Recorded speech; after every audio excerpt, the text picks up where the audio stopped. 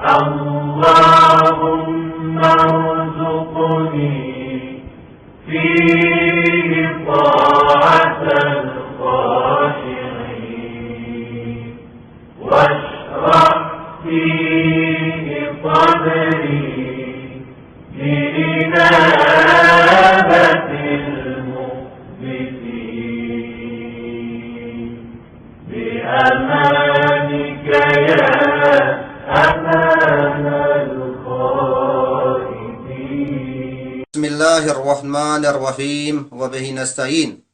سب سے پہلے مولود ماہ رمضان امام حسن مجتبیٰ علیہ السلام کی ولادت بسعادت کی مناسبت سے مبارکباد پیش کرتا ہوں. 15ویں روز کی دعا میں صرف 2 تقاضے کیے گئے ہیں. پہلا تقاضا یہ ہے کہ پروردگارا اس روز مجھے توفیق دے خاضع اور خاشع بندوں کی طرح عبادت کروں. خاشع اور خاضع بندوں کو اگر سمجھنا ہے تو بہتر ہے کہ پہلے ہم متکبر اور مغرور کو سمجھیں. نہایت اختصار کے ساتھ آپ حضرات کی خدمت میں عرض کر دوں کہ خضوع اور خشوع اللہ کے نیک بندوں کی صفت ہے اور تکبر اور غرور شیطان کی صفت ہے. خضوع اور خشوع انسان کو اللہ سے نزدیک کرتا ہے اور تکبر اور غرور انسان کو شیطان سے نزدیک کرتا ہے. اس لیے مولا کائنات علی علیہ السلام نے ارشاد فرمایا ہے کہ خاکساری فروتنی کے تاج کو سر پر رکھو اور تکبر خود پسندی کو پیروں کے نیچے رکھو. اس میں شک نہیں کہ خضوع اللہ پر ایمان اور یقین کا نتیجہ ہے.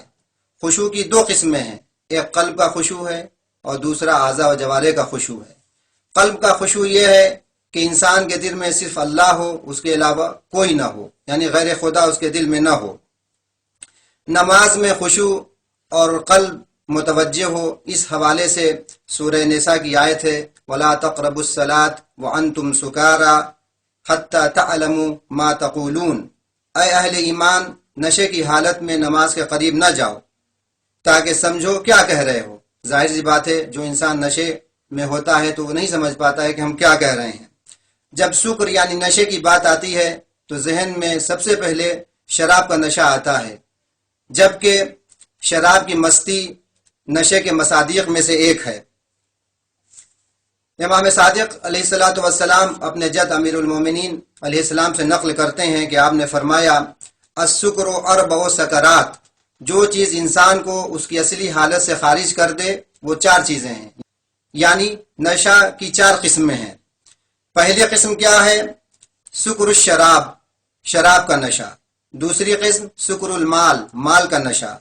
تیسری قسم سکر النوم، نیند کا نشہ. چوتھی قسم سکر الملک یعنی قدرت کا نشہ، قدرت کی مستی. تو یہ 4 نشے ہیں. ظاہر ہے جب یہ 4 نشوں میں انسان مبتلا ہوگا، یہ 4 مستیاں اس کے اندر پائی جائیں گی تو وہ سمجھ نہیں پائے گا کہ ہم نماز میں کیا کہہ رہے ہیں اور کیا بول رہے ہیں. نماز کا صحیح ہونا اور ہے، نماز کا مقبول ہونا اور ہے. یہ جو 4 نشے میں نے آپ حضرات کی خدمت میں بیان کیے ہیں، جو روایت میں آیا ہے، نماز ہی نہیں بلکہ نماز کے علاوہ بھی اگر کوئی اس میں گرفتار ہو جائے، کوئی اس کا شکار ہو جائے تو انسان کو یہ 4 نشے تباہی کی طرف لے کے جاتے ہیں، یعنی شراب کا نشہ، مال کا نشہ، نیند کا نشہ اور قدرت کا نشہ. یہ 4 نشے انسان کو تباہی کی طرف لے کے جاتے ہیں. دوسری قسم اعضاء و جوارح کا خشوع ہے. اعضاء و جوارح کا خشوع کب حاصل ہوگا؟ جب ہمارا قلب خاشع ہو، تب اعضاء و جوارح کا خشوع حاصل ہوگا. پیغمبر اسلام کے حوالے سے ایک روایت ہے کہ آپ مسجد میں وارد ہوئے تو کیا دیکھا کہ ایک شخص نماز پڑھ رہا ہے اور حالت نماز میں اپنی داڑھی سے کھیل رہا ہے. تو پیغمبر اسلام نے ارشاد فرمایا اما ھذا لو خشع قلبه لخشعت جوارحه، اگر اس کا قلب خاشع ہوتا، متوجہ ہوتا تو اس کے اعضاء و جوارح بھی خاشع ہوتے اور متوجہ ہوتے. کیوں؟ اس لیے کہ قلب سلطان بدن ہے، تمام اعضاء و جوارح اس کے ماتحت ہیں اور اس کے مطابق چلتے ہیں. لہٰذا اگر انسان کا قلب خاشع ہو تو اس کے تمام اعضاء و جوارح بھی اس کے تابع ہوں گے اور فرما بردار ہوں گے. خدا نے ہم سے علی علیہ السلام جیسی نماز نہیں چاہیے، اس لیے کہ ہم علی جیسی نماز نہیں پڑھ سکتے ہیں، ہو ہی نہیں سکتا ہے. آپ کے پائے مبارک سے تیر نکالا گیا، آپ کو احساس تک بھی نہیں ہوا. علی علیہ السلام جیسی ہم سے نماز نہیں چاہیے. دوسری طرف ہم سے مرغ جیسی بھی نماز نہیں چاہیے. مرغ جیسی نماز کیا ہے؟ آپ نے دیکھا ہے کہ مرغ جب زمین سے دانہ چنتا ہے، کھاتا ہے تو کیسے وہ کھاتا ہے، کیسے چنتا ہے؟ اپنی منقار کو، اپنے چونچ کو زمین پر ٹپ ٹپ مارتا ہے. تو انسان کو چاہیے کہ مرغ جیسی نماز نہ پڑھے. ایک طرف یہ کہ ہم علی جیسی نماز نہیں پڑھ سکتے، خدا ایسی نماز ہم سے نہیں چاہتا ہے، دوسری طرف مرغ جیسی بھی نماز ہماری نہیں ہونی چاہیے۔ اور حدیثوں اور روایتوں میں آیا ہے کہ جو بھی ہم نماز پڑھیں وہ ہماری نماز صلاۃ مودع ہو، یعنی الوداعی نماز ہو، یعنی یہ سوچ کے اور سمجھ کے نماز پڑھیں کہ یہ ہماری زندگی کی آخری نماز ہے، اس کے بعد پتہ نہیں زندگی رہے گی یا نہیں رہے گی، تو ظاہر اس بات ہے اس نماز کی بات ہی کچھ اور ہوگی۔